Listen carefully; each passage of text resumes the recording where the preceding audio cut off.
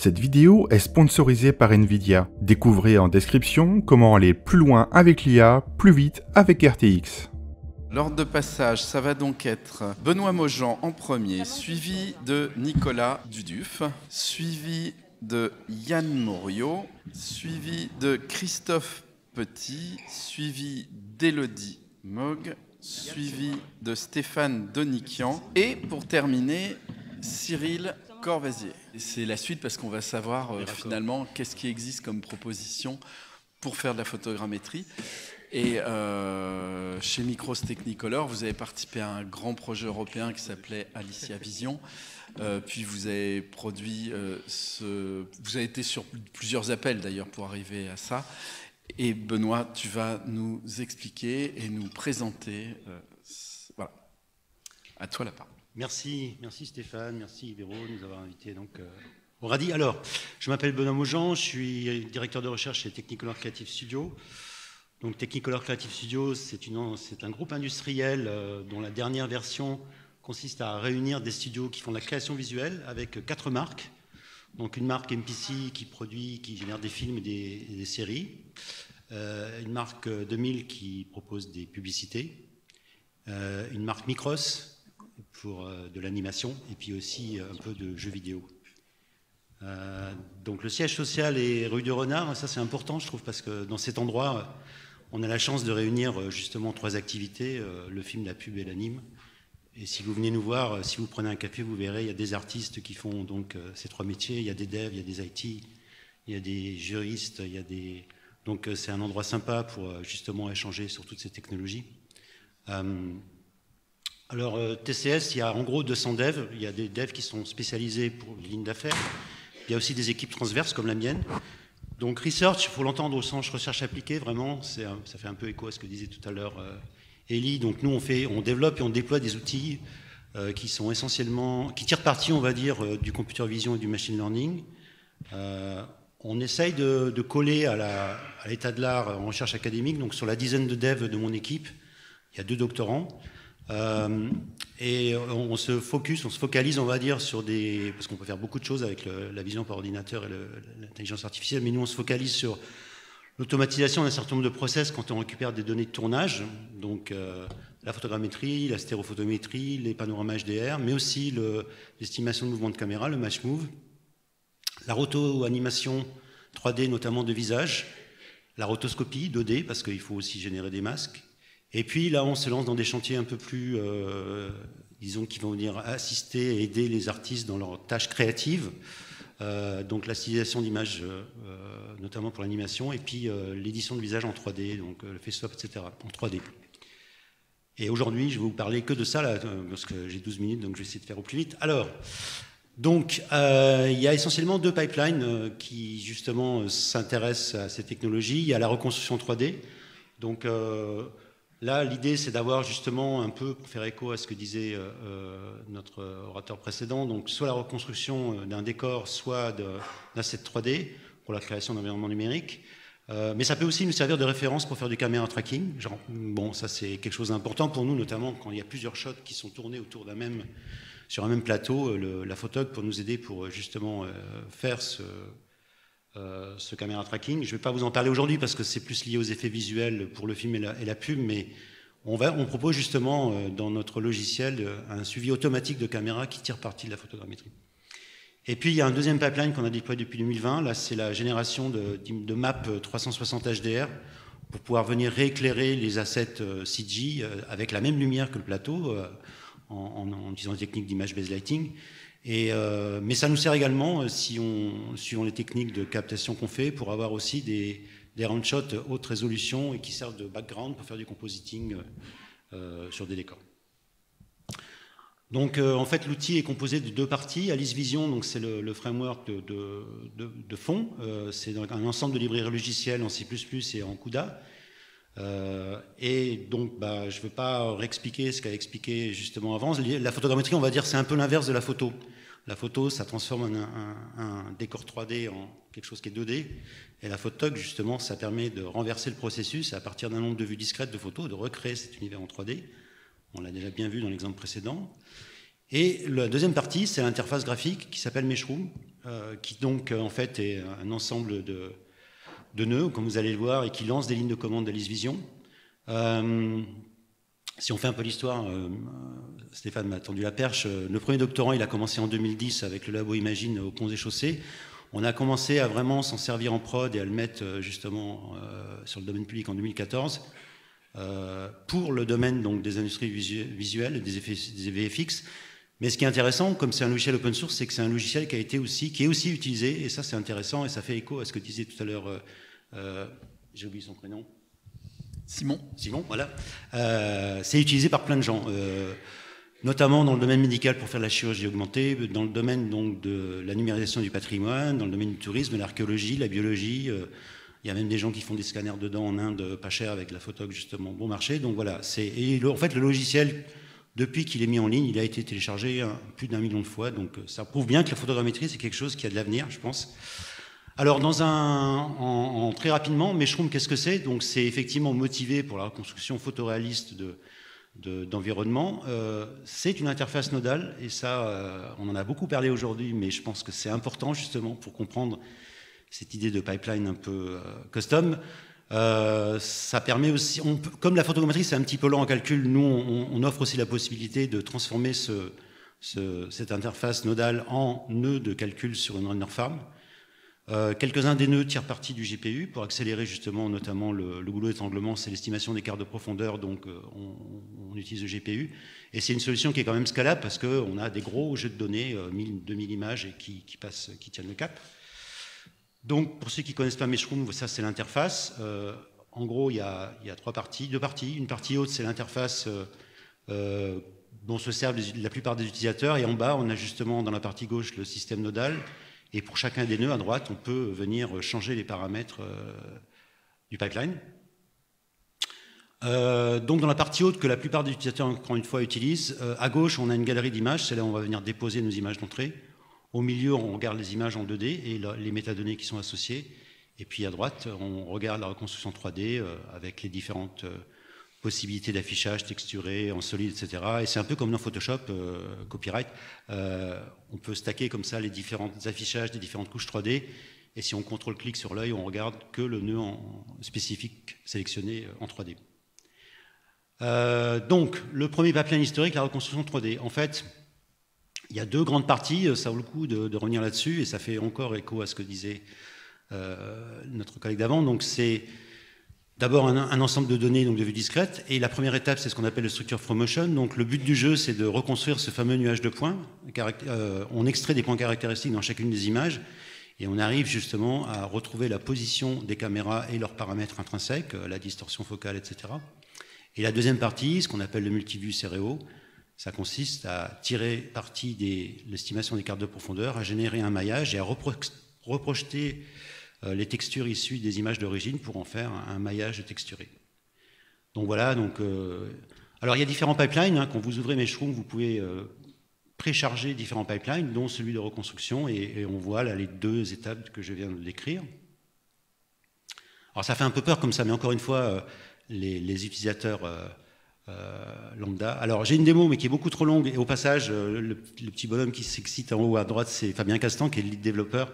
C'est un peu le maître à penser de tout ça derrière, qui travaille avec moi depuis des années. Donc, juste pour vous montrer que c'est très simple, on fait un glisser-déposer des images dans la galerie de droite. Donc, les images sont chargées, on vient analyser les informations. On a un affichage donc 2D au milieu qui est en flottant, donc on peut changer le gain et le gamma, et notamment dans les basses lumières, c'est intéressant de voir ça. Et après, on vient extraire les métadonnées, donc des fichiers. Et là, il y a plein de types de métadonnées en fonction des dispositifs de capture, les métadonnées EXIF, mais aussi les métadonnées qui peuvent être, par exemple, issues de la base de données fournie par Adobe au niveau des paramètres des caméras. Et je dis ça parce qu'en fait, c'est très important, bien évidemment, de maîtriser la conversion des images RAW des appareils photonumériques vers les espaces de travail. Et on apporte un soin particulier, justement, pour récupérer les bonnes couleurs. Donc, après, ce qu'on extrait, c'est la dimension du capteur, la focale, les informations de distorsion. Je vais passer parce que sinon, je vais être trop long. 2 minutes. Pardon ? 2 minutes, il Qu'il me reste 2 minutes ? D'accord. Bon, ça c'est alors, ce qui est intéressant, c'est une petite nouveauté, c'est la stéréophotométrie. Donc la stéréophotométrie, c'est une nouvelle façon de reconstruire une image 3D. En fait, pour chaque direction de prise de vue, on peut éclairer la scène avec plusieurs sources de lumière et venir justement analyser l'interaction de la lumière avec la matière de la scène. Il n'y a pas tellement de logiciels de reconstruction 3D qui font appel à ça. Et ça fait un peu écho à ce qu'on disait tout à l'heure. Là, c'est un exemple donc de scan de grotte ornée dans la grotte de Chauvet, en Ardèche.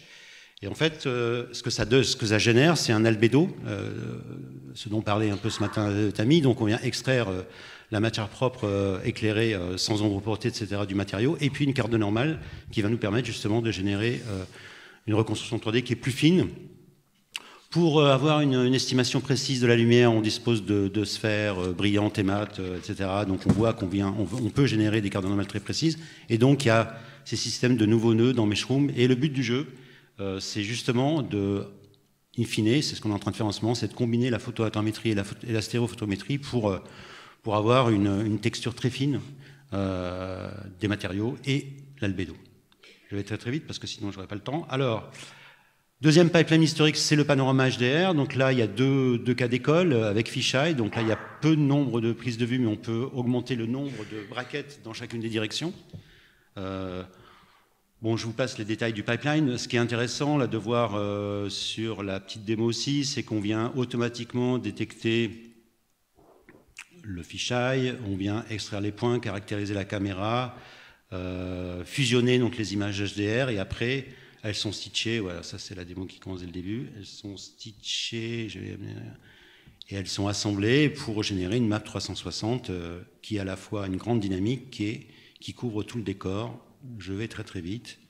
Et il y a un deuxième cas d'école, c'est le cas qu'on appelle round shot. Là, on capture plus de vues avec des focales plus courtes. Et là, l'idée, encore une fois, c'est de générer une map HDR, mais de très grande définition, qui peut monter jusqu'à 50K, c'est cet exemple-là, 50K, 80K, etc. Et donc, on peut s'en servir comme fond de compositing dans certaines scènes. Bon, voilà, on vient combler, évidemment, le zénith et le nadir qui ne sont pas obtenus par la reconstruction du panorama. Enfin, c'est des trucs très classiques. Là, vous avez un exemple, je ne l'ai pas dit, mais parce que je vais très vite. Le pipeline nodal aussi, ça permet de tester plusieurs variantes. Si on veut, par exemple, dupliquer un nœud, tester d'autres paramètres, on peut regarder les résultats des différentes variantes dans le même référentiel, ce qui est quand même assez intéressant, plutôt que de lancer des lignes de commande. On peut donc, à loisir, venir dupliquer des paramètres ou même insérer des nœuds spécifiques. Donc le pipeline nodal, en fait, ça s'adresse un peu des utilisateurs experts ou à des laboratoires de recherche qui veulent justement injecter leurs propres algorithmes et tester, toutes choses étant égales par ailleurs, l'algorithme qu'ils sont en train de mettre au point. Voilà, ça c'est l'image finale. Ouais. J'accélère, c'est le stack technologique, c'est pas très intéressant. Ce qui est intéressant par contre, c'est de voir qu'on tire parti d'un certain nombre de librairies open source qui nous garantit une certaine interopérabilité et puis une évolution avec l'état de l'art. Un petit clin d'œil sur la licence open source. Nous, on est au milieu, donc c'est-à-dire qu'on n'est pas viral, on n'est pas hyper permissif. La MPLV2, en fait, si vous faites des modifs au code source, eh ben, vous remettez au pot commun. Ça permet aussi une certaine transparence sur l'utilisation éventuelle de brevets. Ça, c'est important, je pense, pour les laboratoires. Il n'y a pas de brevets cachés.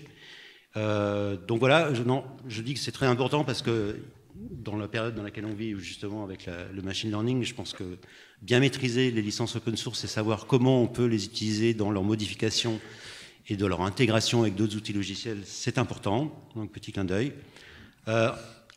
Peut-être un futur sujet.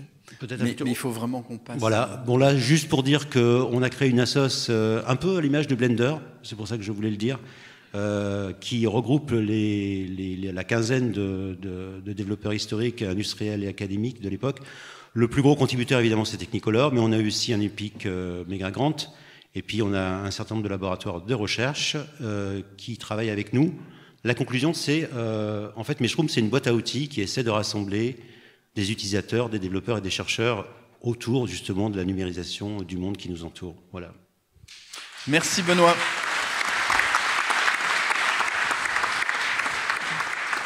Bon, Benoît, vous allez le croiser si vous avez des questions à lui poser, parce que là, je crois qu'on ne va pas se lancer dans les questions maintenant.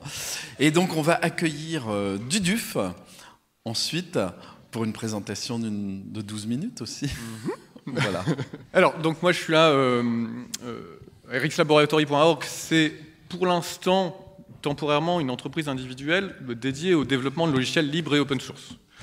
Basé sur mon activité à moi de 15 ans de développement d'outils divers et variés, qui est passé, ça s'appelle le RX de rxlaboratory.org, vient du fait que ça a été pendant 6 ou 7 ans une branche de Rainbox Productions, qui est la coopérative de prod de films que j'ai montée avec des copains. Sauf que produire des films et faire du logiciel, c'est vraiment pas tout à fait le même métier, et on a décidé de resplitter avec l'idée de faire de la partie dev une société coopérative d'intérêt collectif, ou une assoce, mais on part plutôt sur la coopérative, à terme. Donc temporairement, pour l'instant, c'est une entreprise individuelle que je gère, et on développe plein de petits trucs divers et variés, notamment Duik, qui est sans doute notre truc le plus connu, qui fait du rig de personnages et de l'animation pour After Effects, et qui va, info, devenir Bluik, la même pour Blender. Ramsey, c'est un outil de asset management, pipeline, voilà, on en reparlera quand il sera fini, c'est dans les cartons. Et puis on fait plein de petites choses, par exemple du Blast qui fait du Playblast pour Blender et Maya, c'est bien parce qu'il fait des Playblasts semblables pour les deux, et ça marche un peu de la même façon. Et sur ces trucs-là, on est parti sur ce dont je vais vous parler là maintenant, Doom, Media Encoder. Il y a des copains qui l'appellent Doomy, vous le dites comme vous voulez. Et en fait, à chaque fois, c'est des petits outils qui viennent des besoins de nos prods de films, mais qu'on fait libre open source. Et pourquoi est-ce qu'on a eu besoin de se refaire un encodeur de médias? D'abord, parce qu'on a besoin de pouvoir encoder n'importe quoi, n'importe comment, de n'importe quelle source. Et qu'on n'a pas trouvé finalement d'outils qui faisaient ça. Et puis même, quitte à prendre n'importe quoi, un cas très concret, on n'avait pas d'outils, on n'a pas trouvé, peut-être que vous en connaissez, mais d'outils qui permet rapidement de rassembler une séquence d'images et un son, truc tout con, et d'en faire une vidéo. Et en fait, ça paraît simple, mais à part FFmpeg dont je parle après, on n'a pas trouvé de solution pour faire ça, et on s'est dit, quitte à savoir faire ça, pourquoi pas carrément mettre une scène Blender, Maya ou After Effects, et la sortir directement sans passer par les rendus et compagnie. Et du coup, si on gère du rendu, il faut aussi gérer des couleurs, donc il faut la gestion des couleurs et OpenColor.io. Peu de médias encodeurs le font, pas à ma connaissance. Et puis respecter l'environnement en termes de l'outil lui-même, des formats qu'on peut faire et tout ça, c'est un sujet qui est très important. Et pour un média encodeur, je ne vais pas donner le nom de l'entreprise qui fait ça, mais il y a une grosse entreprise américaine qui fait un média encodeur qui pèse 3 gigaoctets à retélécharger à chaque fois qu'on fait une mise à jour, et il y en a une tous les mois. On trouve ça un peu ridicule, donc on ne veut pas l'utiliser. Pouvoir mettre des métadonnées dans l'image, du texte, les classiques et compagnie, et donc libre et open source par conviction. Je suis très content qu'on parle beaucoup de ça aujourd'hui. Je ne vais pas rentrer dans le détail, mais c'était une condition sine qua non. Et nous, on est plutôt viral côté GPL. Et puis tant qu'à faire, l'interface pas trop moche. Alors ça, c'est la blague par rapport à l'open source, parce que pendant très longtemps, les gens disaient c'est libre, c'est open source, donc c'est moche. C'est plus vrai, Blender a montré que c'est pas vrai, Krita montre qu'on sait faire autre chose que du moche quand on fait du libre et open source, mais ça faisait partie du cahier des charges. Et notamment, donc voilà, donc, on a essayé plein de trucs, j'ai cherché plein de choses, et finalement le seul encodeur qui répond à tous ces points, ou presque, c'est FFmpeg. Quand on va sur le site de FFmpeg, on lui dit c'est génial, c'est facile, ça a beau être, pour le coup, il n'y a pas d'interface, c'est en ligne de commande, mais ça c'est une capture du site, on nous dit c'est facile, on peut encoder n'importe quoi. Dans la vraie vie, la commande pour faire un truc standard à partir d'une séquence EXR et un fichier Wave, elle ressemble à ça. Donc dans la vraie vie, c'est pas si évident. Alors c'est bien pour les TD, mais les graphistes, ça les fait un peu suer. Donc, Doom, que je vous montre. Alors, j'ai pas fait de vidéo, je fais la démo en live pour montrer que le but, c'est que ce soit petit, léger. Je suis sur un laptop vraiment tout pourri. Du coup, voilà, il se lance. Et l'idée, c'est que ce soit très léger, très facile, très simple et que ça fasse tout ce que j'ai dit. Donc finalement, pardon, c'est un peu gros tout ça, hop, voilà. Ça marche sous Linux, Windows et macOS. Là, je suis sous Linux parce que c'était plus pratique, mais ça change rien. Et je vais encoder, alors je vous la montre parce que je vais très fier de cette vidéo, c'est ma poule Rosala. Et j'ai juste, quand je suis simple, plus simple que FFmpeg, je drop ma vidéo dedans et c'est fait et je lance mon encodage. Et ça va prendre là les paramètres que j'ai choisis moi comme paramètres par défaut, donc très très simple.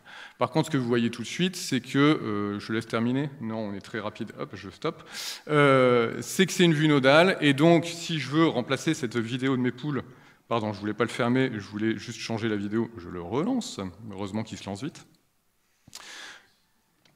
Si je voulais encoder une séquence d'images et mettre du son, du coup en fait c'est simple et intuitif pour n'importe qui. Voilà, et j'ai qu'à brancher mes trucs comme si j'étais dans un soft de comp finalement. Et l'idée c'est que si c'est comme si j'étais dans un soft de comp, pourquoi pas aussi du coup ajouter des filtres divers et variés. Par exemple, si je veux cropper ma vidéo, je prends mon nœud et puis je vais lui dire tiens bah, fais-moi, pardon c'est en dessous, fais-moi un scope comme au cinéma parce que mes poules elles méritent bien ça. Et puis encode là, et puis c'est parti, je peux encoder mon truc. Et évidemment, même si je suis sur un tout petit laptop, on fait attention aux perfs. Alors je dis ça évidemment. Voilà. Et on a quand même un preview de tout ce qu'on fait. Et ça reste simple. Le but, c'est vraiment que ce soit simple à utiliser, mais pro, c'est-à-dire que même si c'est simple, j'ai quand même accès, par exemple, au color management.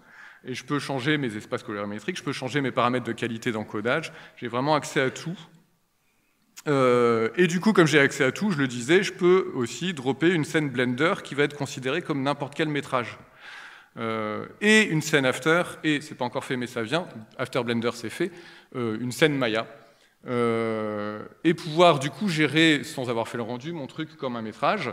Du coup, dans ce cas, j'ai des options pour le rendu qui vont me permettre de mettre en cache ma séquence EXR, et donc de sortir ma séquence EXR avec sa AOV, de mettre mon color management dessus, et de sortir mon fichier vidéo à l'arrivée, ou autre, parce que du coup, après, l'idée, c'est que, pourquoi pas, en input comme en output, faire autre chose que du fichier. Par exemple, ici en input, j'ai juste mis, je prends juste une mire de test, mais je pourrais prendre une webcam, une caméra, n'importe quel flux, n'importe quel stream, et pareil, en sortie, on ne peut sortir autre chose que du fichier, pourquoi pas sortir un stream. Et du coup, ça fait un outil qui peut bosser en temps réel. Pas sur mon laptop pourri, là, j'avoue, là, j'ai atteint les limites. Mais voilà, et un peu intermédiaire entre le soft de comp et de l'encodeur, en fait, finalement. Contrairement au soft de comp, on n'a pas de timeline, je ne vais pas pouvoir mettre de keyframe, même si je peux mettre mes nœuds et du coup automatiser un peu tout ce que je veux. Mais contrairement à soft de comp, j'ai aussi des filtres audio qui permettent de faire des choses très simples. Par exemple, si on voulait, je sais pas moi, inverser la gauche et la droite dans un son audio, je peux simplement, c'est celui-là, séparer mes channels pour les inverser après. Et en fait, du coup, c'est intuitif et c'est facile. En tout cas, plus facile qu'une ligne de commande un peu austère de FFmpeg. Et le but de ça, c'est de pouvoir l'intégrer dans un pipe, pardon. Donc, l'idée, c'est qu'on construit son graphe ici. Et puis une fois que le graphe est prêt, on peut le sauvegarder, l'exporter tout simplement. L'exporter de plusieurs manières. Je peux l'exporter directement en tant que graphe FFmpeg qui va être reconnu par toutes les applis qui savent lire un graphe FFmpeg. Donc VLC, OBS ou n'importe quoi. Ou l'exporter carrément dans un batch qui va me permettre de le lancer sur une render farm. Ou simplement de le contrôler via une ligne de commande ou via un socket web, donc en Python depuis un système client-serveur. L'idée étant que l'appli elle-même puisse être un client ou un serveur, donc qu'on puisse lui balancer des médias en input et qu'elle nous sorte les outputs automatiquement en la pilotant très facilement depuis n'importe quel soft, avec une file d'attente, histoire de pouvoir balancer plein de fichiers les uns derrière les autres, et je peux ajouter des jobs comme ça, et du coup lancer les encodages de mes jobs. Voilà, donc l'idée, et ça vient surtout, c'est venu en cours de route, c'est cette vue nodale qui va permettre d'encoder tout et n'importe quoi. Et ce que je ne vais pas montrer, c'est qu'en plus, on peut avoir plusieurs sorties, hein, évidemment. Je vais mettre un nom à la con. C'est que mes poules, alors je fais un peu de ménage, ça je peux l'enlever. Là, il a craché par contre. Mais je l'ai compilé dans le train en venant, donc c'est normal, c'est pas encore fini. L'idée, c'est juste pour ça, je vais finir là-dessus, c'est que comme c'est complètement nodal, là où ça va un peu au-delà du média encodeur, c'est que je peux avoir plusieurs outputs et plusieurs inputs en même temps. Si je veux la version 16/9 de mes poules, je les sors en 16/9. Si je veux sortir en même temps, et du coup l'intérêt, c'est qu'en termes de performance, c'est en parallèle. Donc, c'est pas deux encodages, c'est un seul encodage. La version cinéma, scope, on a dit, parce que c'est des super poules, à côté, je peux sortir les deux à côté avec le même son, évidemment. Et je peux avoir d'autres inputs et je peux tout mixer comme je veux. Donc c'est vraiment ça l'idée, c'est que ce soit hyper versatile. Et il te reste 3 minutes. Eh ben, on est parfait, c'est très bien. Du coup, je sais plus ce que je disais. Oui, et au niveau des filtres, intérêt de l'open source et du libre et tout ça, c'est que du coup, je me base sur tout ce qui est disponible dans un truc qui s'appelle libavfilter. Donc là, on a une toute petite liste dans ce que j'ai mis là parce que c'est ce qui est implémenté pour l'instant, mais comme je disais, c'est pas encore tout à fait fini, donc j'ai pas grand-chose. Mais l'intérêt, c'est qu'en fait, j'ai la liste aux 480 filtres disponibles dans un libavfilter qui sont pas bien difficiles à utiliser et qui sont tous dispo. Et bien qu'ils ne soient pas implémentés, ils ont quand même leur petite interface en Node. Si par exemple je veux remettre mes poules floues en arrière-plan sur mon format scope, je peux prendre mon nœud ici et mettre les paramètres qu'il faut, et j'ai un aperçu pour flouter, si j'arrive à cliquer au bon endroit, pour flouter mes poules. Donc j'ai bien ma vue floue de mes poupoules. Et puis du coup mettre un overlay. Et bien que ce ne soit pas encore implémenté, comme c'est déjà dispo dans libavfilter qui est disponible pour tout le monde, je peux facilement... en fait, je fais du comp là. Je fais du comp simple, mais je fais du comp, alors que je suis dans un simple encodeur. Et l'intérêt vraiment, c'est ça, c'est que mon graphe, je peux me l'enregistrer, et puis le réexécuter n'importe où, je peux l'automatiser, je peux le mettre dans un pipe. Voilà, hein. À force de répéter.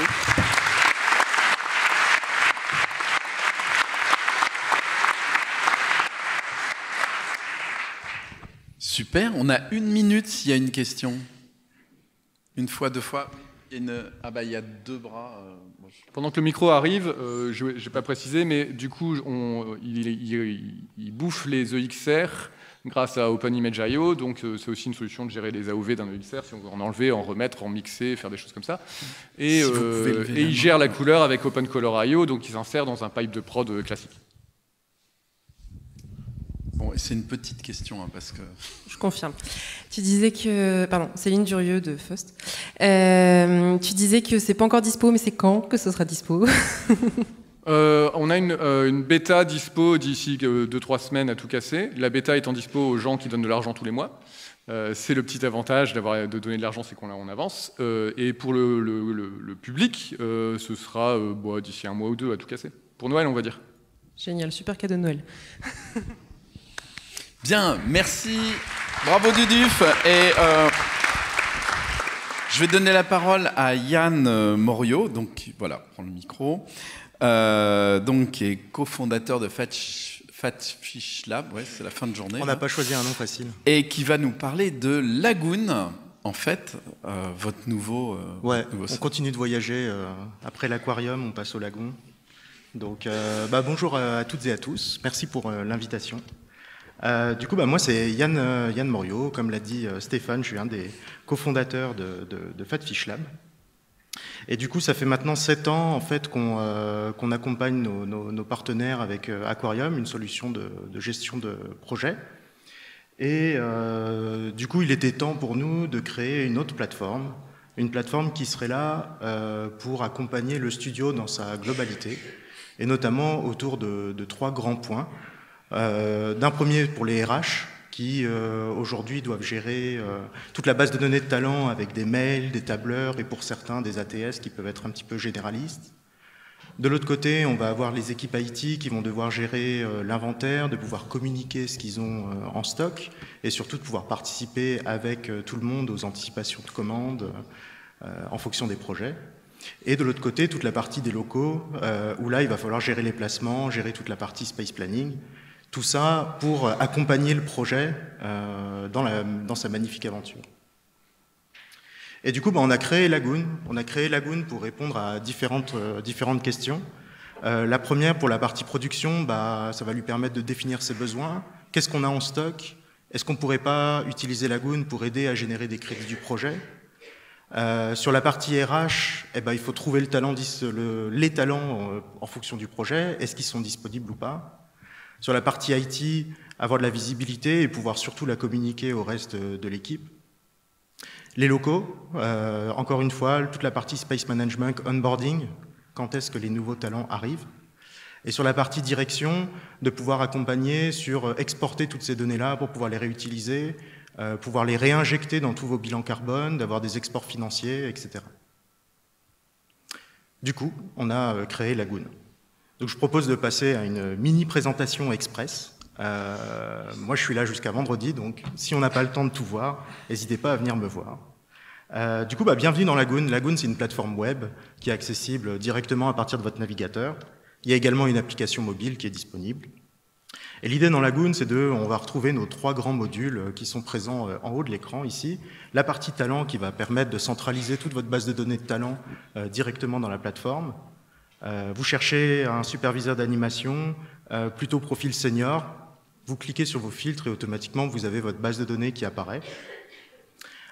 Si jamais vous avez besoin de chercher des talents qui sont disponibles en fonction d'une certaine date, vous avez accès à plein d'autres filtres. On peut demander par exemple d'avoir un talent qui soit dispo toute cette semaine-là.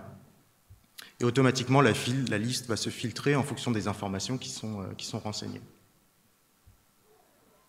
Quand on clique sur un talent, ça nous permet de voir toutes ces informations qu'on a sur son profil, aussi bien toute la partie, une partie skill, une partie avec des liens sur les portfolios, des liens, des informations un petit peu plus administratives, notamment sur des adresses, dans quelle ville est-ce que le talent peut habiter.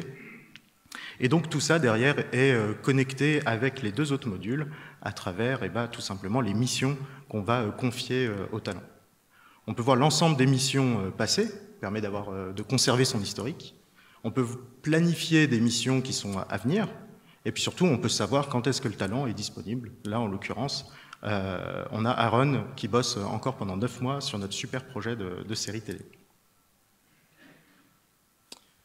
Sur la partie talent, on essaye aussi d'accompagner sur toutes les problématiques de recrutement. Donc on peut créer des sessions de recrutement qui vont permettre de définir les besoins, à quel poste, sur quel projet, combien de talents est-ce qu'on va chercher en animation par exemple, de renseigner les différents talents qu'on a déjà scoutés sur les prods et de pouvoir suivre avec un workflow que vous pouvez définir, suivre tout simplement à quelle étape est-ce qu'on en est. L'objectif aussi, c'est de permettre aux talents de pouvoir candidater eux-mêmes aux différents postes que vous avez. Et du coup, pour ça, on met à disposition un système, vous personnalisez votre formulaire, vous le publiez sur Internet, et là, le talent a accès à une page qu'il va pouvoir consulter avec les informations de la société, le descriptif du job, et derrière, il va pouvoir également remplir ces informations en fonction des paramètres que vous avez choisis. On peut par exemple demander au talent d'indiquer des dates où il n'est pas disponible, parce que peut-être qu'il est en train de terminer une mission au sein d'un autre studio, et donc c'est des informations qu'il peut vous transmettre directement.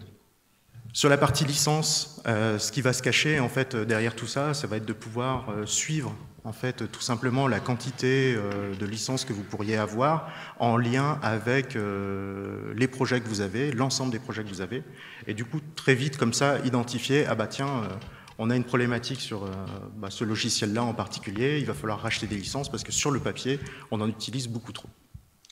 Et toutes ces informations-là sont directement connectées avec les différents postes en fait, que vous avez pourvus sur la plateforme. Et on voit l'ensemble des postes qui utilisent actuellement ce logiciel-là.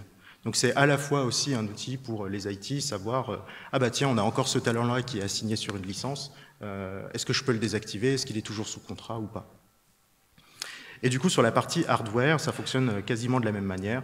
Vous allez pouvoir définir des grandes entités, par exemple des badges, par exemple des ordinateurs, des souris, etc. Et derrière, de pouvoir suivre en fait l'inventaire de tout ça. Sur la partie machine, on fournit un agent qui va permettre de faire remonter les informations directement sur votre lagon, sans avoir besoin de les rentrer manuellement.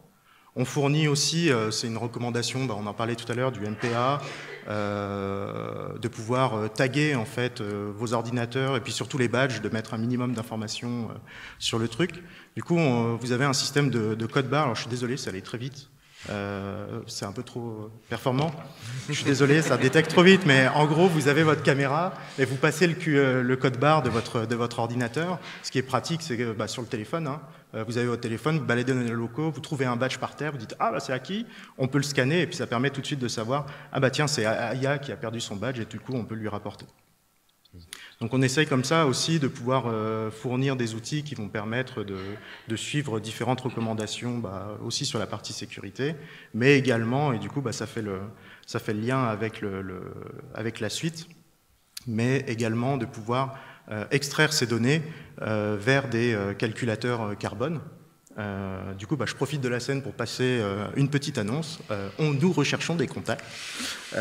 Du coup, si vous développez actuellement un calculateur carbone, on est intéressé pour pouvoir créer un pont entre Lagoon et du coup le calculateur pour permettre au studio d'exporter différentes informations, que ce soit sur le matériel qui est actuellement en stock, le matériel utilisé avec les informations que va remonter l'agent, mais également après des informations qui vont être en lien avec les talents, savoir si le talent va venir en transport en commun, à pied, à vélo, en voiture, etc. Comment on a l'habitude de fonctionner avec nos clients? On a un système de club. En gros, l'idée, c'est que vous puissiez également influer sur nos roadmaps. L'idée, en fait, derrière, c'est que vous ne soyez pas tributaire de nos développements. S'il y a quelque chose dont vous avez besoin absolument pour votre prod, c'est possible de le développer en priorité. Il y a un connecteur avec Google Spreadsheet. Donc, si vous avez besoin d'exporter des données de Lagoon vers un spreadsheet à des fins d'analytics, par exemple, ou pour pouvoir transférer des informations à d'autres en CSV, par exemple, vous pourriez le faire avec le connecteur directement, et bien évidemment une API de disponible. Merci. Merci. Bon, t'es pile poil à 12 minutes, donc bravo. Parfait. Alors maintenant, nous allons passer à Christophe Petit, The Beastmakers. Et je crois, Christophe, donc là maintenant tu es connecté, hein, ça marche? Ouais.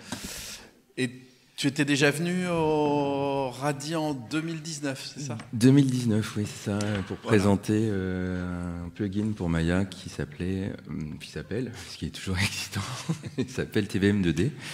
Et voilà, je vais vous en parler un tout petit peu, mais je ne suis pas venu là pour ça, je suis venu là pour vous présenter un autre outil qu'on développe. On a développé un prototype et on voudrait avoir des retours si ça vous intéresse. C'est quelque chose qui est intéressant pour vos utilisations journalières de review. Voilà. Enfin, bon, du coup, je vais passer vite fait sur moi, enfin pour ceux qui ne me connaissent pas, et puis sur le studio. En fait, on est un studio d'animation et de création de personnages 3D, donc personnages et créatures, parce qu'on va générer aussi des simulations musculaires, et du coup, on va aller jusqu'au hyperréalisme. Voilà. Donc, je vais passer vite fait sur la démo, mais on fait aussi des prestations d'animation, on fait des prestations de R&D, beaucoup de supervision aussi, et du coup on vend des plugins Maya pour l'instant, dont TVM2D 2.0 qui arrive bientôt. Avec une nouvelle interface. Oh là, oui, j'étais plus près. Une nouvelle interface parce que pour l'instant, l'interface qu'il y avait avant, c'était une interface, je l'avoue, c'était moi qui l'avais faite, elle n'était pas super. et du coup, là, maintenant, ça fait vraiment un paint 2D, donc on va pouvoir vraiment utiliser toutes les fonctionnalités du logiciel, chose qui était pas tellement, un peu ardue au départ. On aura la possibilité de faire un rendu sur des render farms, la possibilité d'empiler aussi des nodes d'effets, parce que pour l'instant on n'avait que des nodes, on n'avait qu'un plug pour le node, mais on pourra les empiler en série.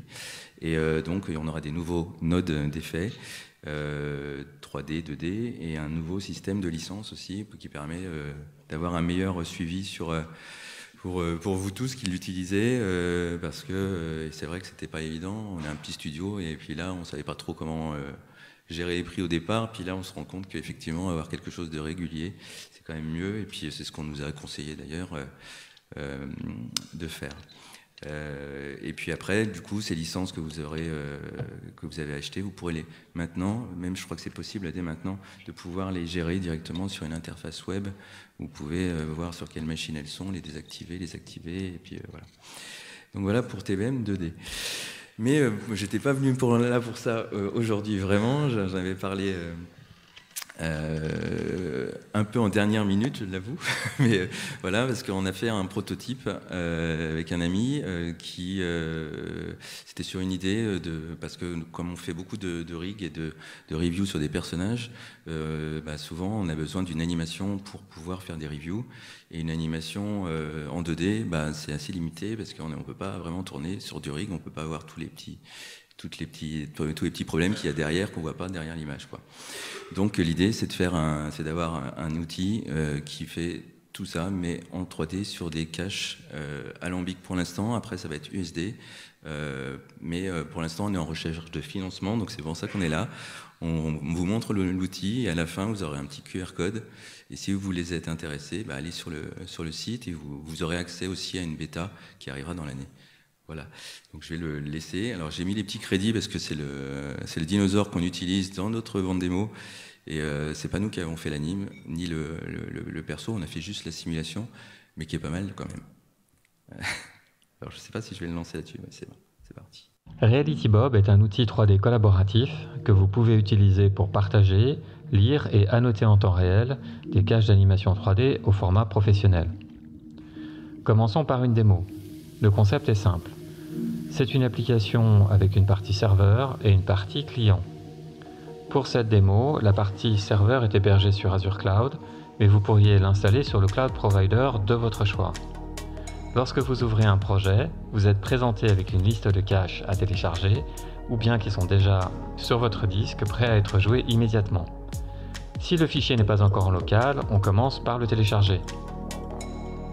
Une fois téléchargé, le fichier est ouvert immédiatement pour être joué.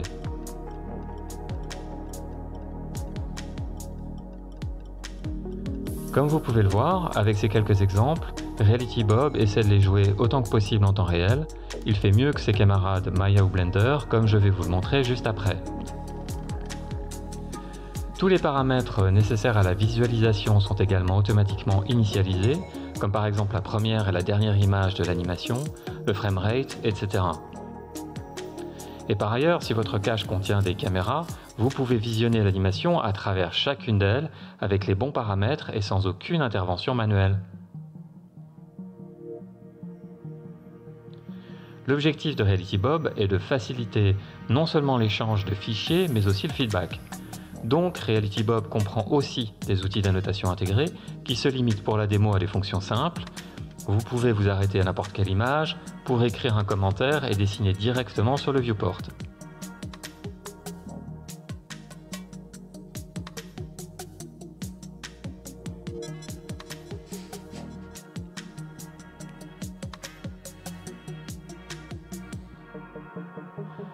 Lorsqu'une note est sélectionnée, tous les paramètres de la note sont évidemment réinitialisés automatiquement, y compris la caméra, l'image, les dessins, etc.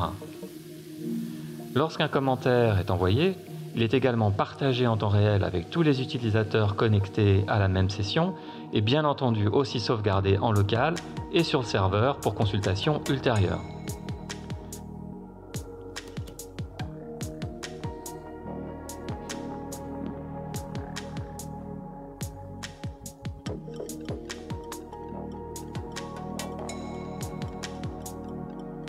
L'objectif de cette application est de résoudre plusieurs problèmes rencontrés en production avec le partage et la révision des caches d'animation et des assets 3D en général, notamment l'absence d'un lieu sécurisé et centralisé pour l'échange des assets 3D avec nos clients et nos partenaires externes, la nécessité d'utiliser des outils professionnels comme Maya ou Blender pour les lire et de tout paramétrer manuellement, ce que je fais sur les écrans de gauche et qui me prend beaucoup de temps et qui est très frustrant. Beaucoup de ces caches ne peuvent pas être lues en temps réel dans Maya ou Blender et c'est évidemment le plus gros souci pour la review d'une tech d'animation. Par exemple, ce fichier joue à 3 fps dans Maya et 1,5 fps dans Blender.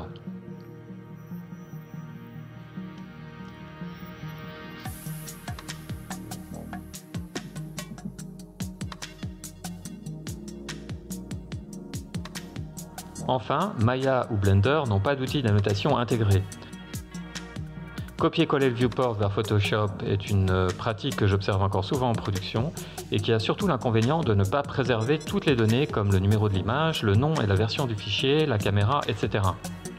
C'est pour ces raisons que nous utilisons encore aujourd'hui des fichiers vidéo pour le review des prises d'animation. Il existe certes des outils dédiés au feedback comme SyncSketch et CineSync, mais ils sont principalement 2D avec des fonctions 3D limitées pour SyncSketch. L'idéal est d'avoir un outil de partage et de review conçu pour la 3D et qui fonctionne avec des formats professionnels comme Alembic et à l'avenir USD. Les avantages d'une application comme RealityBob sont nombreux. Accès permanent et immédiat à vos caches d'animation 3D, facilité de chargement et de visionnage, il peut être utilisé comme un lecteur pour tous vos caches 3D sans avoir à lancer Maya ou Blender. Facilité d'échanger des feedbacks avec des partenaires externes ou des clients et une grande facilité d'utilisation. C'est actuellement un prototype avec des fonctionnalités limitées et une UI et un workflow en développement. Nous envisageons d'offrir une version Windows, macOS, Linux et peut-être une version web par la suite, d'élargir la liste des formats d'animation en commençant par USD et d'ajouter d'autres fonctionnalités importantes comme la gestion des versions et l'intégration à d'autres outils. Pour l'instant, nous voulons savoir si cet outil vous serait utile en production. Si c'est le cas, faites-le nous vite savoir en visitant le site de RealityBob, realitybob.com et en cliquant sur le bouton Thumbs Up. C'est aussi simple que ça, comme RealityBob. Merci.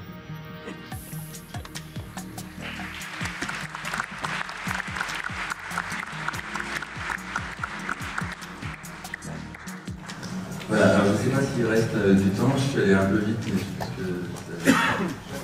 que j'ai 3 minutes. Bon, alors, si vous avez des questions, je suis là pour y répondre à la mesure du possible, parce que effectivement c'est encore un prototype. Et il y a encore des choses qui sont évidemment pas encore tout à fait encore bouclées, justement. Alors, une question. Voilà, une question devant. Bonjour, Quentin Roger d'Animation. Certainement déjà fait ce matin. Christophe, bravo, c'est super, moi j'adore. Petite question, vous envisagez, j'imagine, de pouvoir le brancher, je ne sais pas à quel point on est déjà dans un pipeline avec une API, de quoi gérer, pusher des notes par exemple dans un autre système. Oui, alors, oui, effectivement, ça va être le but après, c'est de l'interfacer avec justement des logiciels comme Aquarium, comme Tsu, comme F-Track ou Shotgrid, voilà, et qu'on ait un partage de toutes ces infos, parce que si on les ajuste là, ça sert à rien.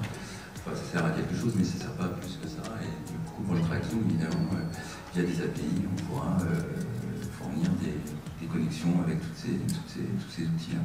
Voilà. Je ne sais pas si ça répond à ta question. Oui, enfin, la question dans le fond, c'est à quel point vous en êtes. Est-ce que vous avez besoin justement de développement encore? Là, c'est une alpha. Alors, c'est un prototype, il a été fait en quelques mois, donc on a fait très très vite pour le sortir là, pour avoir un avis, et on recherche de financement là, donc c'est pour justement si vous êtes intéressé, il faut nous le dire, et puis après on peut discuter aussi si vous voulez le développer avec nous, pas de souci. Donc c'est Elodie Mogg. Bonjour. De Praxinos, qui va nous présenter un nouveau logiciel d'animation. Le logiciel d'animation, en fait. Ça y est, enfin. Et qui s'appelle Odyssée. Exactement, et je suis du coup très contente d'être là aujourd'hui pour vous présenter enfin avec Odyssée comment on va combiner animation 2D, 3D et temps réel. Mais tout d'abord, un petit rappel des épisodes précédents, puisqu'en 2019, j'étais venue avec Christophe. Enfin non, tu étais là, mais tu n'étais pas avec moi. J'étais avec un collègue pour présenter le plugin Iliad, un plugin qui permet de dessiner et de peindre dans Unreal Engine. Alors à l'époque, il permettait juste d'éditer sur les textures dans une interface à part, et aujourd'hui, il permet de directement travailler même sur le static mesh, avec toute une série de brosses. Voilà. C'est un plugin qui est gratuit sur la marketplace. Et en 2021, je suis revenue, cette fois-ci toute seule sans mon collègue, pour vous présenter un autre plugin qui s'appelle Epos et qui permet de faire du storyboard et du layout, toujours dans Unreal Engine. C'est donc un plugin qui permettait notamment de gérer automatiquement la création de shots, de planes, de caméras, de textures et de matériel pour immédiatement dessiner dedans de façon assez rapide et en plus de pouvoir naviguer, déplacer des planes et les caméras dans le temps, comme on vient de le voir. Et donc aujourd'hui, ça y est, c'est la fusion en fait d'Iliad, d'Epos et de Unreal Engine pour créer Odyssey. Mais plus que ça, il y a plus qu'il y a des pauses derrière. En réalité, même Odyssée, ça a toujours été notre projet principal. Pour ceux qui connaissent le savent, ceux qui ne connaissent pas, voilà, en fait, Odyssée, ça a toujours été le projet principal et il y a des pauses n'ont jamais été que des preuves de concept qui ont mené à la création d'Odyssée. Alors, Odyssée, en quelques mots, qu'est-ce que c'est? C'est un logiciel d'animation tradigital, vous l'aurez compris, basé sur Unreal, dans le sens où c'est vraiment une variante d'Unreal Engine. C'est pas un logiciel, c'est pas comme un jeu vidéo qui aurait été créé avec Unreal, c'est vraiment un Unreal fait à part, une variante, on va dire ça. Et c'est donc bien un logiciel standalone, c'est-à-dire avec ses propres templates, chaque template ayant une interface préconfigurée en fonction de ce que vous voulez faire, et donc évidemment plutôt orienté animation. Donc si vous voulez faire plutôt de l'illustration, du storyboard, de l'animation 2D, dans un contexte 3D, ou si vous avez juste envie d'utiliser les outils 3D que fournissent Unreal via Odyssey. Animation tradigitale, qu'est-ce que ça inclut? Bon, déjà, des outils bitmap. On a 258 brosses qui sont incluses dans Odyssey, combinables avec les primitives, donc tout ce qui va être ellipse, cercle, rectangle, tout ça. Sélection et transformation, enfin les grands classiques. Voilà, un échantillonnage des différentes brosses qui sont disponibles et celles que l'on peut en plus rajouter en plus. Voilà. Les transformes, les sélections, les rotations, très classiques, hein, pas besoin de s'émerveiller dessus. Autre point également, l'outil vectoriel que nous avons également, donc des outils, enfin des calques vectoriels qui vont nous permettre de dessiner et de transformer les tracés que l'on fait. Ça va également nous permettre d'utiliser des palettes avec des couleurs indexées, de la colorisation adaptive, donc qui va s'adapter en fonction du tracé, et également de la stylisation de traits, comme on va le voir ici. Alors là, c'est plutôt la palette de couleurs indexées avec une couleur bleu et sourcil brun, et là, j'ai changé de palette pour passer à vert. Voilà, je vais retourner ici sur le bleu. On va voir la colorisation adaptative.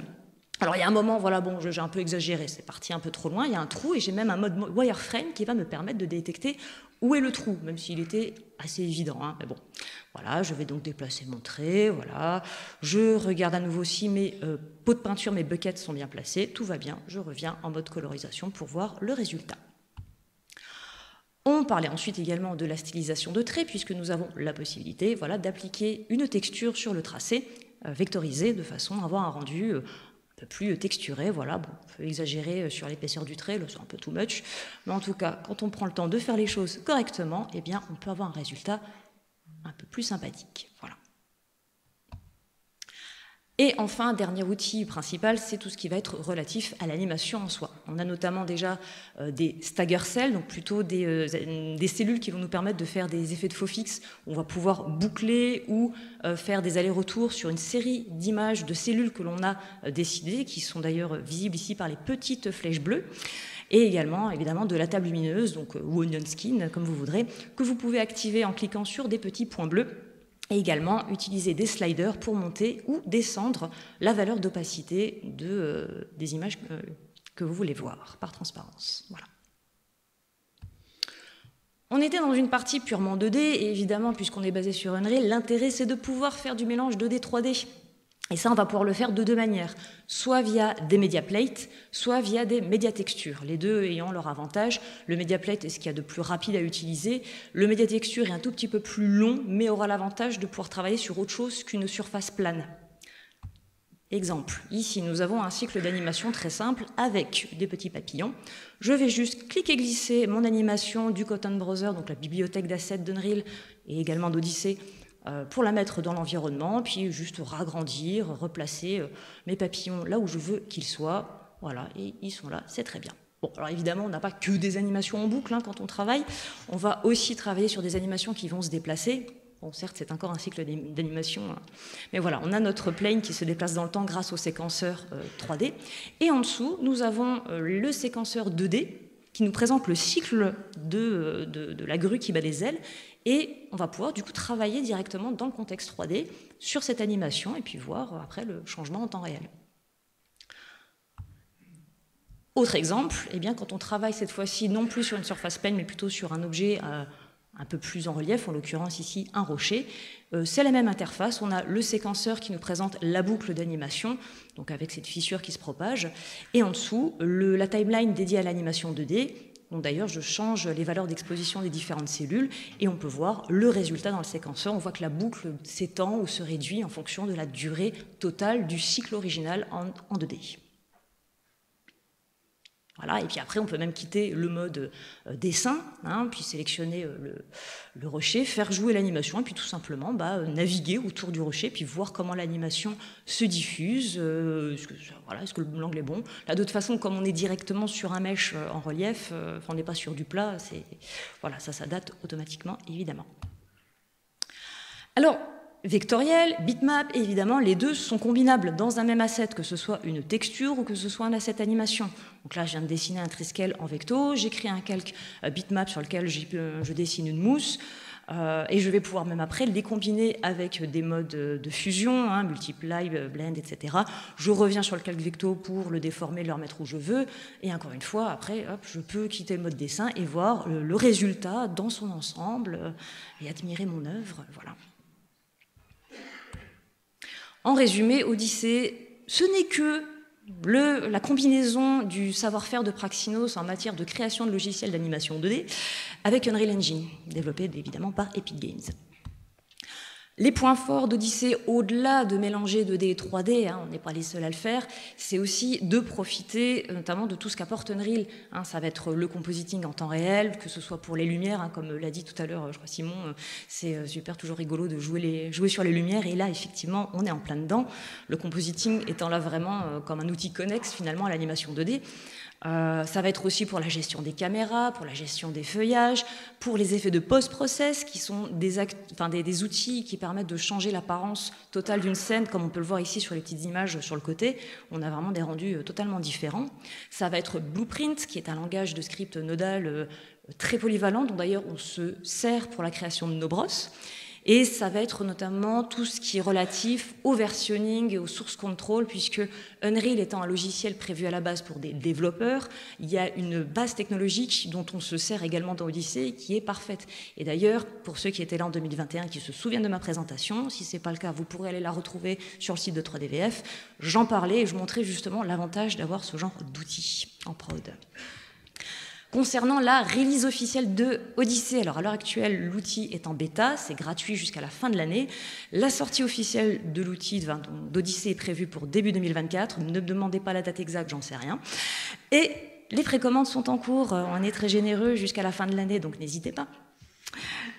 Concernant l'avenir, il faut savoir que Odyssée, la sortie officielle d'Odyssée n'est jamais, c'est pas la fin en soi, hein, au contraire, ce n'est jamais qu'une étape dans sa vie que j'espère longue et prospère. Et il y a notamment quand même 3 éléments qu'on aimerait ajouter à plus ou moins court terme. C'est notamment tout ce qui est aide aux intervalles. On a déjà la techno dans les tiroirs, il n'y a vraiment plus qu'à l'appliquer en fait. Des outils de mise en couleur et surtout de texturisation, de transfert de style qu'on aimerait bien aussi appliquer. Et c'est augmenter toutes les notions d'interopérabilité. Alors on peut importer, exporter des images sans problème, des vidéos également, mais on voudrait pousser les choses un peu plus loin pour avoir plus de compatibilité avec Blender, désolé. Avec, pourquoi pas, Toon Boom, c'est l'action. Merci beaucoup, c'est vachement gentil. Ça, c'est l'entraide dans l'animation, j'adore. Et pourquoi pas une minute à tenir. Hein. Ouais, je sais. Et pourquoi pas même avec Roomba, on me dira peut-être si ça un jour si ça voit le jour, mais en tout cas, ce serait chouette qu'on ait plus d'options à ce niveau-là. Remerciements à tous ceux qui nous ont soutenus, principalement Epic Games, la région Grand Est, le CNC et les sociétés coopératives via leur investisseur COP Venture. Et puis si vous avez envie de nous suivre, il y a tout un tas de réseaux sociaux, vous avez un QR code pour en savoir plus sur Odyssée. Le site est en train d'être fait, désolé, c'est pas très joli en ce moment. Et si vous avez des questions, envie d'une démo ou d'un devis, vous avez mon adresse email. Merci beaucoup. Merci Elodie.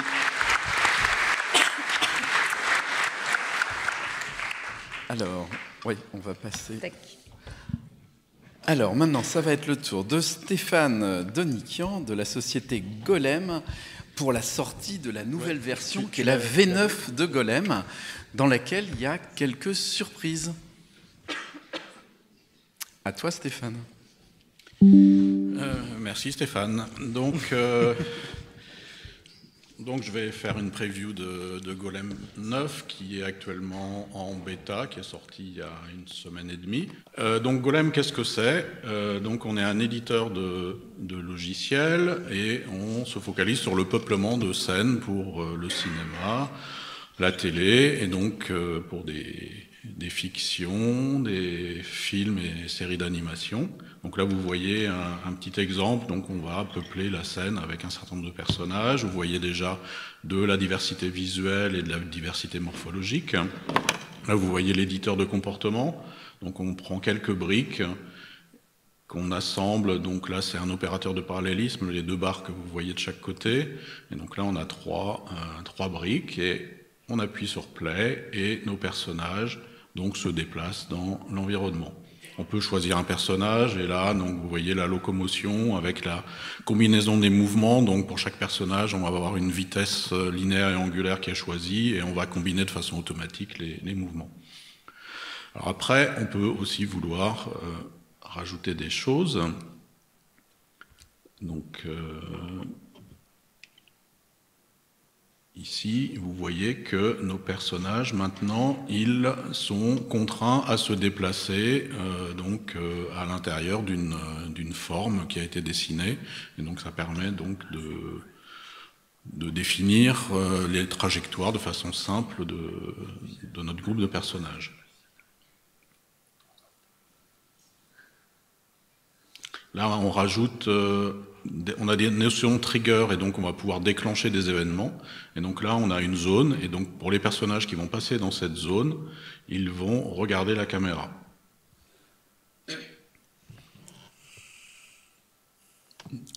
Voilà, donc c'est une manière simple de programmer visuellement. Donc on prend des éléments, on associe des triggers, donc de déclenchement. Voilà, c'est juste pour vous montrer quelques éléments de ce que l'on peut faire facilement dans Golem.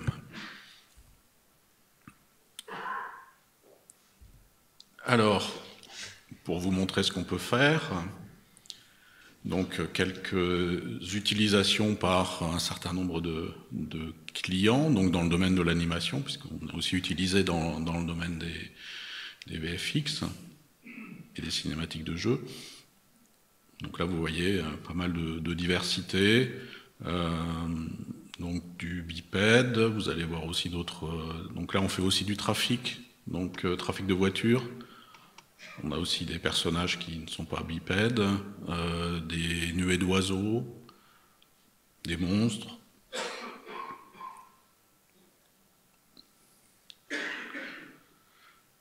Voilà, donc pas mal de diversité d'usages avec différents types de rendus, différents types d'univers. Même un mix entre du rendu 2D et du rendu 3D.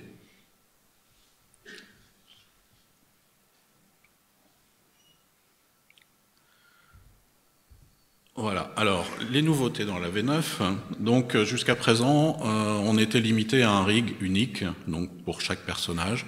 Maintenant on sait prendre en compte des rigs modulaires, comme vous allez le voir ici, sur ce personnage,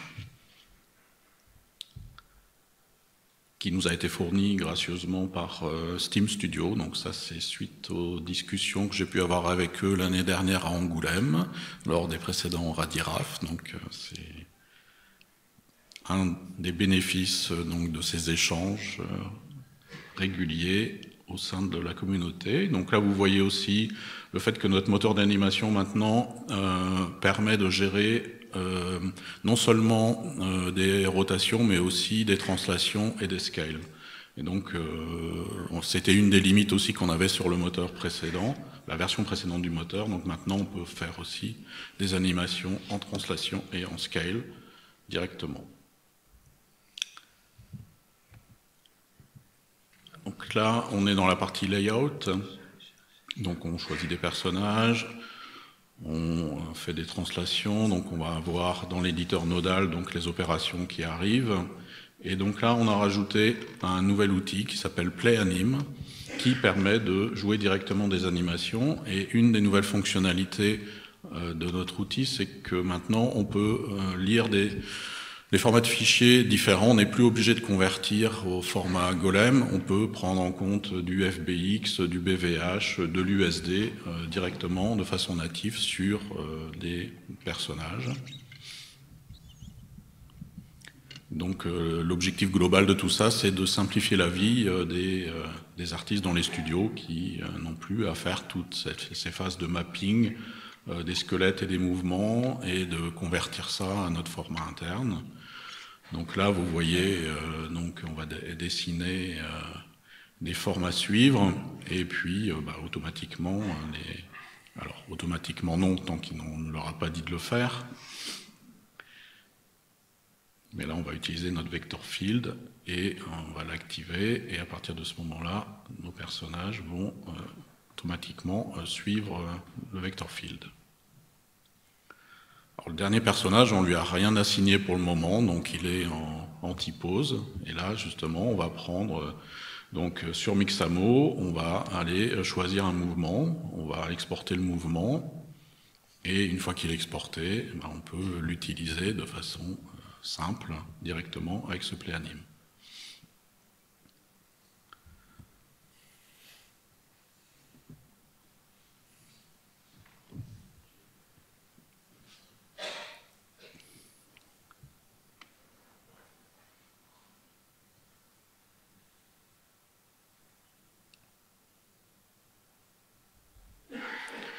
Et si on veut retoucher le mouvement, donc là on voit qu'on est en train de sélectionner une partie du squelette et on va pouvoir activer une IK donc pour aller faire de la retouche sur une partie, voilà, donc retoucher directement. Donc ça c'est une des fonctionnalités qui existe dans la partie layout.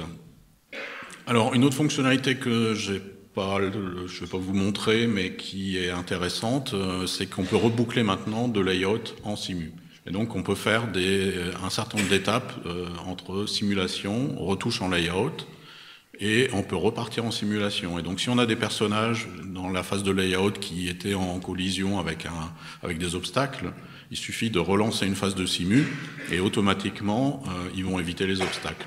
Et on peut itérer comme ça, et donc ça va permettre d'avoir une approche encore plus rapide pour arriver jusqu'au l'objectif final pour chacun des shots. Alors, ce qui est toujours disponible, donc c'est la simulation de trafic. Vous avez eu des exemples. Donc, trafic voiture et trafic piéton qui interagissent, du floc.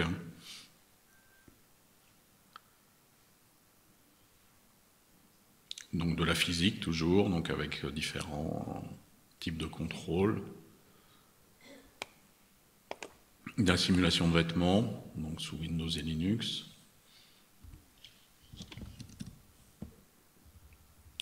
Du skeleton overrides. Et un workflow complet donc pour gérer le FUR.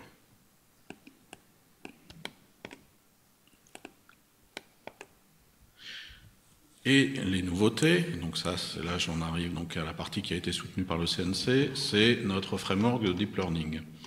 Donc je remercie les différents studios qui, suite encore une fois aux discussions qu'on a pu avoir et à l'appel que j'avais fait l'année dernière, d'avoir des studios partenaires parce qu'on a besoin, donc pour le Deep Learning, d'avoir des données. Notre approche, c'est pas une approche où on fait de l'apprentissage sur des données de X qu'on donne à Y, c'est d'apprendre sur les données de X, de lui montrer ce qu'on sait faire, et de repartir avec le même framework sur les données de Y, et de voir si ça fonctionne toujours. Et donc ça nous a permis, donc, en testant sur différentes données, avec des structurations de données différentes, de faire de l'approximation de rigs, corps et visage, avec des rigs modulaires, avec plusieurs niveaux de contrôle hiérarchique à l'intérieur des rigs, et donc d'être capable de faire cette approximation. Donc ça fonctionne. On fait aussi de l'audio to rig. Donc la différence avec l'approche classique de NVIDIA qui fait de l'audio to face, et qui va directement contrôler le mesh, l'audio to mesh. Donc ici on va apprendre comment contrôler, donc utiliser les contrôleurs pour déformer le mesh, et l'objectif c'est de toujours donner le contrôle final aux animateurs. Donc ça va faire la première étape de blocking d'anime à partir de l'audio, mais à la fin il récupère un rig contrôlable avec donc la première étape, donc avec le lip sync, et on peut aussi intégrer donc les expressions faciales de base sur le visage. On fait aussi de l'inversion de rig, donc là ça peut permettre aussi, si on a des choses qui ont été faites avec des animations directement sur le maillage, de repasser au niveau des contrôleurs. Et un outil pour faire de la pose, où on a de l'IK généralisé et on peut prendre le contrôle de certains effecteurs, donc les bras, les jambes, ou la tête, etc. Et directement d'avoir en fait l'ensemble du corps qui suit avec le contrôle de l'équilibre. Ça permet d'aller facilement faire des pauses. Donc ça, c'est les 4 choses qui sont disponibles aujourd'hui, donc dans la version 9. Et ce que j'ai mentionné dans les 2 choses qui sont en grisé, c'est des travaux qui sont en cours. Donc c'est de la prédiction d'animation, donc c'est à partir de ce que l'on a dans ce qui a déjà été fait au sein du studio dans des saisons précédentes ou dans la première partie d'un film, de pouvoir, à partir d'une posture donnée, de ce qui a déjà été fait au niveau de l'animation, de pouvoir faire des propositions de suite pour les animateurs en respectant le style déjà utilisé au sein du studio. Et donc avoir un certain nombre de mouvements possibles, et donc qui vont arriver en surimpression, de faire de la recherche dans la base de données de mouvements et de scènes. Et donc là, on est intéressé par discuter avec les studios pour voir si ce que l'on est en train de faire, donc on a déjà un proto, c'est des choses qui peuvent être intéressantes, et comment vous souhaiteriez utiliser ça. 1 minute, Stéphane. Et oui, ben, j'ai quasiment fini. Et donc, le dernier chantier, c'est tout ce qui est transfert de style. Donc là, on a aussi des protos par rapport à ça, mais on ne sait pas encore trop comment le proposer. Donc là aussi, on est intéressé par échanger avec vous, savoir si ça a un intérêt pour vous d'utiliser du transfert de style, passer d'une anime, un personnage, et modifier l'animation pour avoir un personnage plus voûté, plus vieux, enfin voilà, pouvoir changer le style de l'animation. Et donc là, vous avez mes coordonnées, donc si vous êtes intéressé par une discussion, je suis là jusqu'à vendredi, fin de matinée, donc je serai ravi d'échanger avec vous. Et demain, vente spéciale Black Friday, si j'ai bien compris, en regardant ta...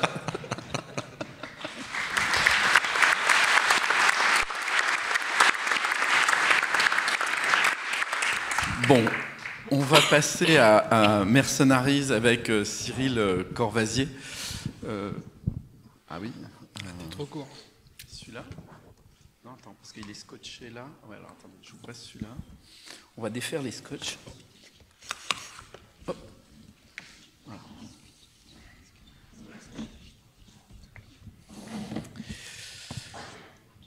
Voilà, et donc Roomba. Et oui, et vous allez sortir aussi un nouveau soft de rigging, c'est ça? Donc c'est de ça que je vais parler aujourd'hui, ouais, de Roomba Rig. C'est un nouveau logiciel. Alors ça ressemble beaucoup à Roomba, mais c'est un nouveau soft quand même.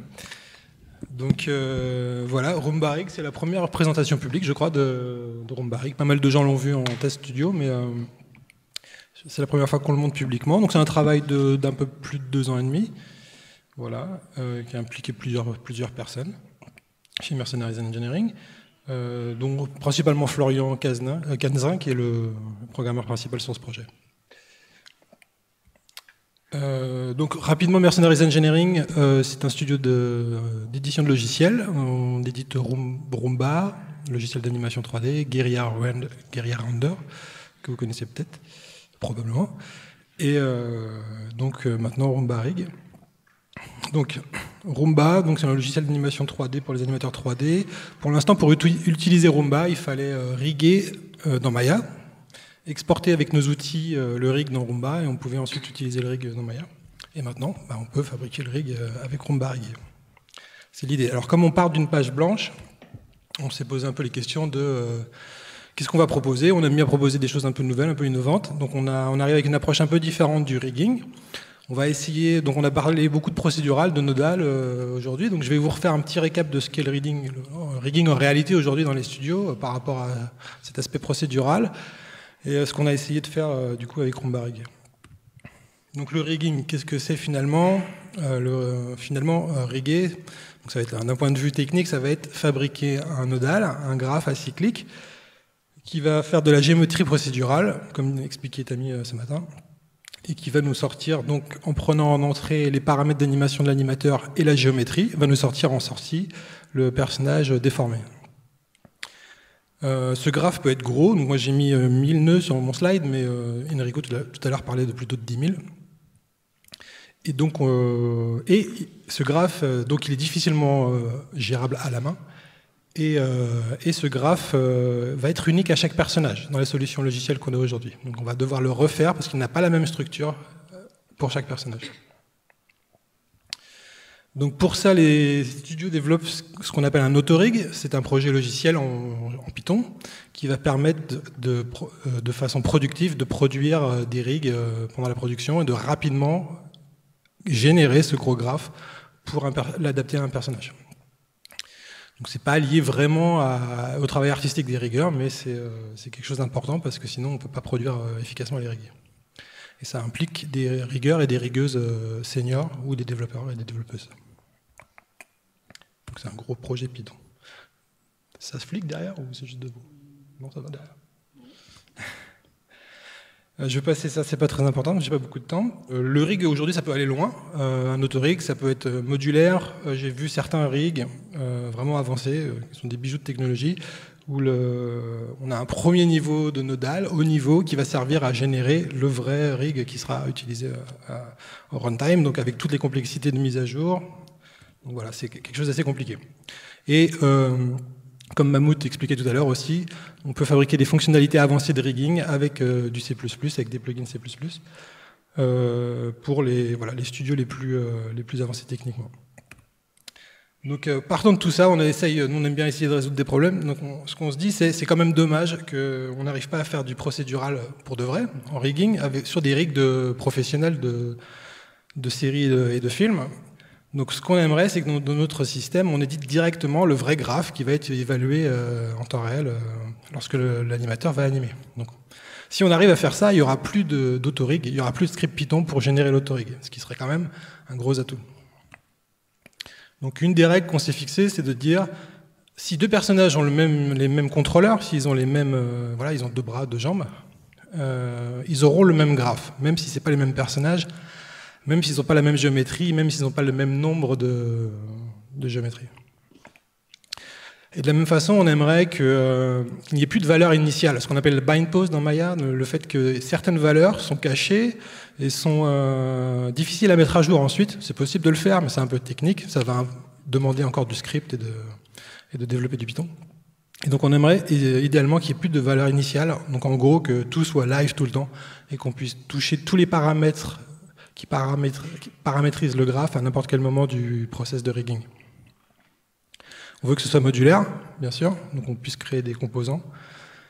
Et idéalement, ça nous tient à cœur que les riggeurs et les rigueuses puissent scripter et que le résultat de leur script tourne aussi vite que du C++, que des plugins. Voilà. Si possible en Python, parce que c'est le langage que tout le monde connaît. Donc je vais essayer de vous montrer ça aujourd'hui, si j'y arrive, dans les 12 minutes. Ça. Alors très vite. Donc voici un rig que j'ai assemblé pour la démo d'aujourd'hui, composé de plusieurs modules, des jambes, des bras, une colonne vertébrale. Donc ça ressemble beaucoup à ce qu'on connaît. Donc le rig est déjà live. Hein, il y a une petite gym en bas. Il fonctionne déjà. On peut venir l'utiliser, le bouger. Tout est fonctionnel.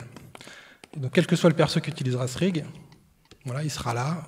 Il y aura juste il n'y a plus qu'à paramétrer la géométrie du personnage. Donc je vais importer une géométrie. Donc là, ça va être sous la forme c'est un fichier alambic ou un fichier USD au choix, que je viens connecter à l'entrée de mon rig, comme ça. Donc le personnage, c'est pas juste une géométrie, c'est une vingtaine de géométries dans un scene graph composé de shaders, de géométrie et de matrices. Donc là, bien sûr, j'ai déjà calé le rig pour gagner du temps, mais la première opération consisterait à passer en mode rig et venir régler chaque locataire du rig, vous voyez, qui viennent changer le setup initial du rig. Donc live, le rig est là, l'anime continue de marcher, mais je peux venir setuper ce que je veux à n'importe quel moment. C'était la promesse. Donc il n'y a pas de bind pause. Ce qui en soi est simple en fait, hein. C'est même plus simple de le faire comme ça. Et voilà. Donc là, maintenant, la prochaine étape, une fois qu'on a positionné le squelette, ça va être de battre des poids de skinning. Donc déjà, je suis très mauvais dans cet exercice et puis ça va être trop long. Donc j'ai récupéré les poids de ma collègue Lise, qui sont ici. Donc c'est la beauté du nodal, c'est que du coup, on peut sauver les fichiers avec... alors je vais vous expliquer ce que font ces nœuds. Donc je les remets vite fait. Donc le premier ici, c'est deux nœuds de peinture. Le premier qui est ici va venir peindre nos manipulateurs, donc nos fameux contrôleurs en surface qui permettent de manipuler le rig comme ça. Et le deuxième, c'est le nœud de peinture en layer de poids de skinning qui va permettre de peindre les poids de skinning. Donc je passe un peu la démo de là-dessus pour aller plus vite, mais en gros, la géométrie est chargée par le loader, elle passe dans les nœuds de paramétrisation de surface, donc manipulateur, skin. Vous avez des nœuds pour peindre des masques, peindre des poids de skinning, sculpter des blend shapes, tout est déjà présent, avec des outils de mirror, enfin tout ce que vous avez besoin, de transfert. Alors du coup, faisons des mises à jour. Donc, je vous ai montré la mise à jour du setup du squelette. Essayons par exemple de changer la géométrie. Donc je vais loader une nouvelle géométrie. Donc si vous regardez bien, ici, par ici, j'ai augmenté un petit peu la résolution de la décellation par ici. Et donc, donc quand on fait ça, les informations de skinning ne fonctionnent plus. Donc on va simplement utiliser notre ancienne géométrie et faire... Donc là, je peux vous montrer que ça ne marche plus parce que ça fait ça. Donc ça, vous connaissez dans Maya, voilà, c'est un peu pareil. Donc là, on va simplement faire remap et tout va être transféré automatiquement. Après, on a des choses plus détaillées s'il y a besoin de faire des transferts plus compliqués ou de transférer des géométries d'un perso vers un autre avec des brosses, ce genre de choses. Voilà, donc tout est là pour l'instant. Je vais vous montrer maintenant en détail le rig qu'on utilise là dans cette démo. Donc là, ce rig, c'est un assemblage de modules. Donc c'est c'était la promesse de tout à l'heure. Donc chaque module, quand ils sont gris comme ça, ce sont des références. Donc en fait, c'est des références sur des fichiers de la librairie qu'on fournit, qui sont eux-mêmes faits avec du nodal. Donc vous pouvez regarder comment ils sont faits, vous pouvez les changer, en faire des nouveaux. Donc là, c'est des références qui s'assemblent et qui vont fabriquer le squelette final qu'on voit ici, qui est totalement procédural. Donc en gros, pour être plus clair, si j'observe la sortie d'un nœud du module, par exemple, ici, je vais voir, ici à l'origine, ce bout de squelette, juste ce module de main a généré la portion de squelette de la main. Si je vais un peu plus loin sur le bras, il m'a généré la portion de squelette du bras. Okay. C'est très simple. Donc si je veux spécialiser le rig pour un personnage, rajouter un troisième bras, je vais importer des modules de bras, les connecter, faire 3 connexions, et il va fonctionner directement. Au niveau modularité, du coup, moi j'ai beaucoup aimé la démo tout à l'heure de Mammouth, on va retrouver un peu les mêmes concepts. Ici, par exemple, on a tous les modules, c'est des modules simples de joints, des groupes avec des oreilles, pour faire la tête, la mâchoire et voilà, la langue. Et donc si par exemple on prend tout ce monde-là, on vient le grouper, on va fabriquer rapidement un module de tête, comme ça, qu'on va pouvoir sauver dans la librairie, et qu'on va pouvoir rappeler comme ça, soit sous forme importée, donc les nœuds existent réellement dans la scène, ou sous forme référencée. À ce moment-là, le nœud sera rechargé à chaque chargement. Voilà, c'est pas plus compliqué que ça. Rapidement, je vous montre donc une implémentation d'un rig facial. C'est une proposition faite avec ce système. Hein, on peut inventer d'autres choses, mais ce rig facial arrive avec Romba-Rig.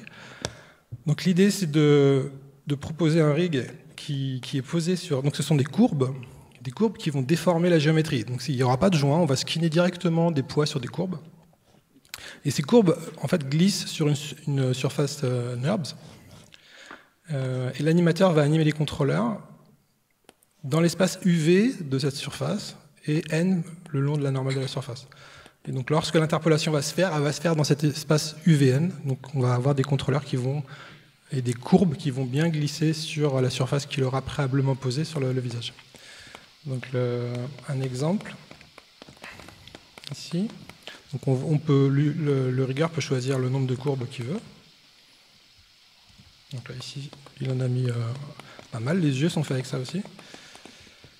Et donc si je prends mon contrôleur ici, je vois que, voilà, en gros, donc là c'est un contrôleur spécial, c'est un métacontrôleur qui va interpoler des formes de courbes dans l'espace UVN. Okay, donc là il y a 8 targets. Donc les targets sont modifiables par l'artiste, il peut choisir. Donc là c'est nous qui l'avons fait, on n'est pas encore au top de la déformation, mais je pense que vous comprenez le principe. Et donc par exemple, il y a une target pour tout en haut à gauche, comme ça, ici, que je vais essayer de changer en live. Donc j'affiche le setup de ma target en haut à droite, ici. Et là, je vois les courbes. Je vois toutes les courbes, la position des courbes lorsque j'atteins ma target extrême en haut à droite. D'accord ? Donc je vais simplement venir changer, par exemple, ce contrôleur. Donc là, c'est un peu plus long parce qu'on recalcule, pour les gens qui connaissent, on recalcule beaucoup de choses, hein, parce qu'on réinitialise tout le rig. Donc je vais pouvoir finir ça et je vais pouvoir aller jusqu'à dire, non mais en fait, je veux carrément faire une shape correctrice pour cette extrémité. 1 minute, allez, je speed. Et je vais venir shaper carrément l'extrémité au vertex près. Je termine rapidement avec donc, ce dont je vous avais parlé, notre nœud de script, donc, qui est en fait une syntaxe en Python. Et donc c'est un langage qu'on a créé, hein, ça reprend vraiment la syntaxe de Python, mais c'est un nouveau langage, compilé en direct en LLVM. Et donc vous pouvez par exemple écrire comme ici un peu une contrainte de matrice, c'est un peu ça, c'est une interpolation de deux matrices. Ou alors des choses plus complexes comme ce script ici qui va carrément générer une scène, puisque dans Roomba, du coup, la donnée qu'on manipule, vous l'avez compris, c'est pas uniquement la donnée procédurale qui traverse le graphe, c'est pas uniquement de la géométrie, des mèches ou des matrices, c'est aussi des scènes, et des scènes remplies d'objets et de shaders. Et donc là, par exemple, on instancie ce cube, et on en fait une spirale, tout en Python, et ça va à la vitesse de C++. Allez, je conclue juste un petit slide pour conclure. Donc, je vous ai présenté un nouveau système de rigging moderne. Je passe sur les détails, toutes les fonctionnalités qu'il sait faire. L'idée principale, c'est que l'autorig est simple à gérer. On devrait avoir beaucoup moins de code à gérer en interne dans le studio, en particulier la gestion de l'autorig en Python, les mises à jour de rig. Roomba Rig vient avec beaucoup d'exemples, donc des autorigs tout faits, des modules prêts à l'emploi, modifiables et qui seront maintenus dans le temps par Mercenaries Engineering. Voilà, merci beaucoup. On va vous remercier tous pour votre participation en démo. Merci à toi. On sait que c'est extrêmement frustrant dans ce délai, mais voilà. Et on vous...